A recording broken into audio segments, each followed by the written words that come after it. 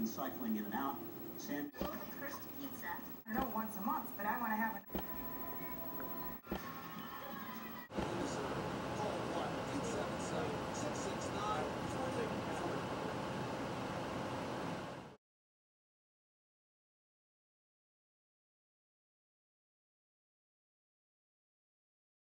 My name is Steve Cohen, and I'm the news director, which means I'm in charge of the operation of the newsroom at KUSI. My name is Jeff Booth. I'm an assignment editor for KUSI News here in San Diego, and essentially what an assignment editor does is we gather all of the either planned or breaking news events that are happening in and around the city and the county. But it's obviously different in terms of video component. We tell stories with pictures. The idea of telling stories is also somewhat different. The stories we tell have a visual component, they have emotional storylines, they reflect the community differently than a print piece would or a magazine piece. TV news differs in a lot. Its biggest distinction is time. You have a reporter who is on, let's say, the Duke Cunningham story from a few years back. They have all night to sit and write pages upon pages of story that people read and can slowly go through and get a much more in-depth understanding of what the story is. Here on TV, the biggest stories get a minute 45. It's harder to get the full story out of the TV news, but you see a lot more of what's going on as opposed to just reading it. You get to witness it with your own eyes. Is a very important link in what makes democracy work or fall apart. Depending on what we put out there, the electorate either feels things are going well or things aren't going well. And depending on how we portray what's happening in a community or in a nation, people make up their minds.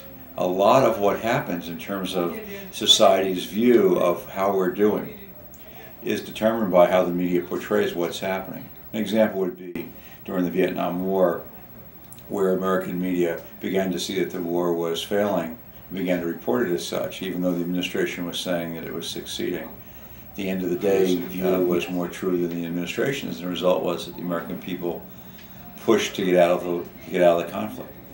It's happening in Iraq as well, although it's taken much longer in terms of the process because there's more voices today in media than there were during the Vietnam era.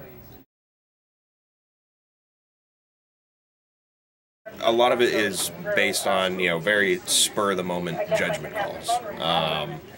If you have a gang shooting down in Barrio Logan, that I might be more inclined to pay a little more attention to that if, depending on who the victim is. Just because that's a particular part of town that has a lot more gang activity, whereas opposed to if there's a gang shooting in downtown one night, it seems completely random, doesn't occur very often. That's going to get knocked down a little lower on the priority list compared to other softer community-oriented stories. I think it's the nature of the event itself, how unusual it is, who's involved, what does it tell us about the human condition.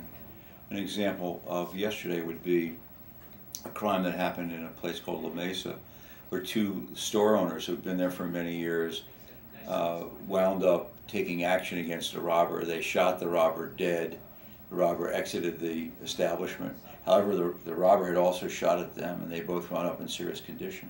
Now that on its own is not that interesting a story perhaps, but what really makes it a story is how the community responds to these two people that have been there on this corner store for 3 decades. Who are they? What's it about? How are they bound to the community? What does the nature of this crime mean to that community and to them? That's what makes it a story. If it's just another shooting, we don't cover that many just another shootings. It's not like that many happen, but every shooting is not newsworthy necessarily. So local television stations define themes, and in any given day, those themes have stories that fall underneath them.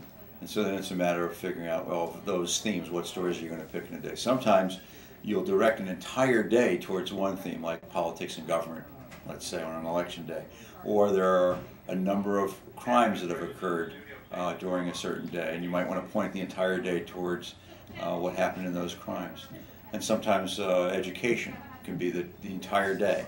for instance, a day where Arnold Schwarzenegger comes out with the budget package and we talk about layoffs and whether teachers are going to be working or not. You can create a whole day around that. Well, as a journalist, I'd like to say no. As you know, keep in mind that this is a business. You know, all of us, if not most of us here, we're not employees who come here to make a paycheck. We choose to be in this business because it's something we care about. And so when you're taking a journalist's perspective of choosing news coverage, you don't want to tie it, indirectly to your advertisers. On occasion when you're looking for legal experts, sometimes it's nice to, give that opportunity to do the interview to someone who does interview on your news station, but that's not going to make you more or less biased. They're a lawyer, they know what they're talking about, and you're asking them a legal question. But as far as choosing where we go and do our feature stories during the day, no, it's mostly, what's the most interesting thing going on at the moment, and that's who gets the camera. I think that really the decision is made about how does it define what's important to viewers or what we perceive to be important to viewers.